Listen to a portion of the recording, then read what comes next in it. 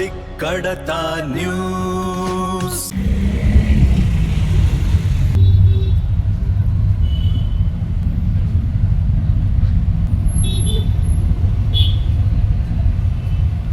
ಬೆಂಗಳೂರಿನಲ್ಲಿ 7 ಮಂದಿಯ ಜೀವ ಬಲಿಯಾದ ದುರಂತದ ಬೆನ್ನಲ್ಲೇ ಮತ್ತೊಂದು ಅಪಾಯಕಾರಿ ಸ್ಥಿತಿ ಬೆಳಕಿಗೆ ಬಂದಿದೆ. ಬೌರಿಂಗ್ ಆಸ್ಪತ್ರೆ ಸಮೀಪದ ಬೃಹತ್ ಗೋಡೆಯೊಂದು ಶೀತಲಾವಸ್ಥೆ ತಲುಪಿ ರಸ್ತೆ ಕಡೆಗೆ ವಾಲಿದ್ದು ಯಾವ ಕ್ಷಣದಲ್ಲಾದರೂ ಕುಸಿಯುವ ಭೀತಿ ಎದುರಾಗಿದೆ. ಈ ಗೋಡೆಯ ಸಮೀಪವೇ ನಿತ್ಯ ನೂರಾರು ಪಾದಚಾರಿಗಳು ಓಡಾಡ್ತಾ ಇದ್ದು ಅವರ ಜೀವ ಅಪಾಯದಲ್ಲಿದೆ.